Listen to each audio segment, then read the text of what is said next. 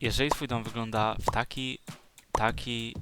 taki albo taki sposób, to znaczy, że dobrze trafiłeś, bo w tym filmie pokażę ci, jak nie mając umiejętności, budować o wiele ładniejsze domy. Najlepiej projektowanie domku zacząć od budowy tak zwanego szkieletu. Chodzi tu po prostu o wytyczenie, gdzie mają się znajdować poszczególne kolumny i jak ma wyglądać zarys budynku. Tak wygląda początkowy obrys tego, jak będzie wyglądał parter.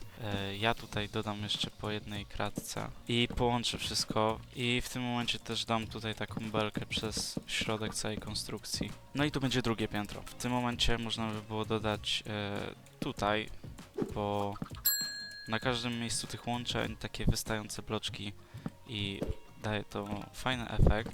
I nasz dom zaczyna już być coraz bardziej żywy. No i kiedy już to mamy, to możemy zacząć projektować.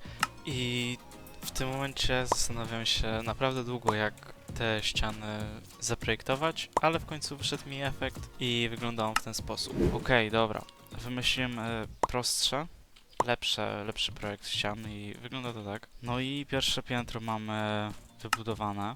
Oczywiście tutaj jeszcze przyjdą dodatkowe jakieś elementy dekoracyjne, ale ściany na razie będą wyglądać tak.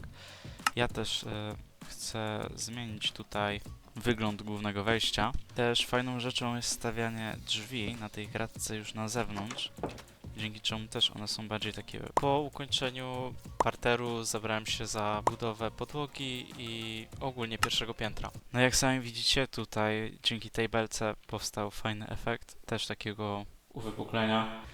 No i jest tu dalej podłoga, więc moim zdaniem jest to naprawdę świetne rozwiązanie. Warto wspomnieć, że podłogę na piętrze zrobiłem z półbloków zwykłych drewnianych desek i od razu zabrałem się za skończenie piętra pierwszego. I jak teraz widzicie, zmieniłem trochę koncept ścian na drugim piętrze. Chciałem po prostu, żeby okna były większe. Aż w końcu przyszedł czas na budowę dachu. Mam pewien pomysł, żeby połączyć ten blok schodów ceglanych z jakimś może drewnianym kolorem, albo też z tym. Dobra, to będzie fajne połączenie.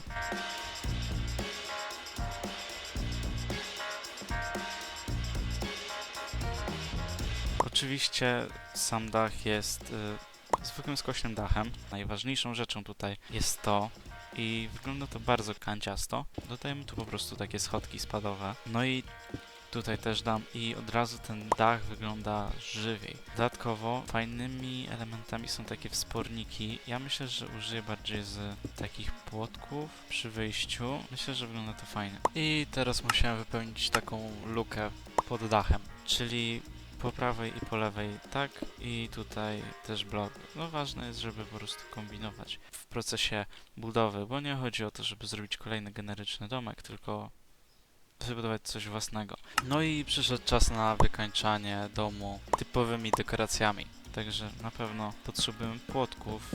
Można też dodać takie płotki tutaj na pochodnie czy lampy. Chciałbym tutaj dodać po bokach elementy i zastanawiam się nad po prostu czymś takim i wygląda to w tym przypadku całkiem spoko, także dodamy taki efekt. No i taka zwykła rzecz o wiele bardziej ożywia nam ten dom. Ten dom staje się bardziej trójwymiarowy.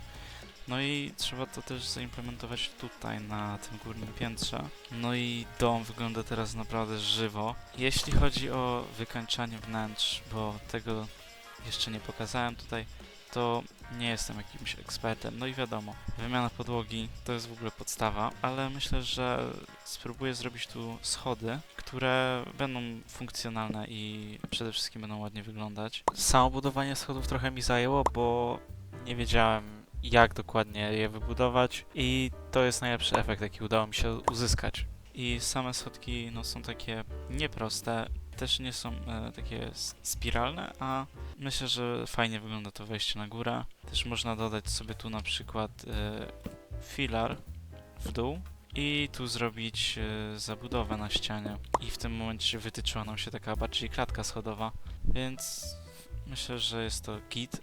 Tutaj też ustawmy sobie płotki, żeby oczywiście nie wypaść na te schody.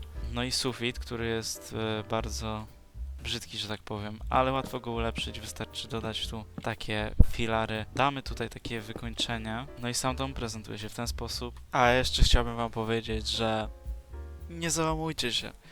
Jeżeli coś wam nie wychodzi, zbudujcie to jeszcze raz. Oczywiście ja na początku nie budowałem tak ładnie, a i tak buduję chuj.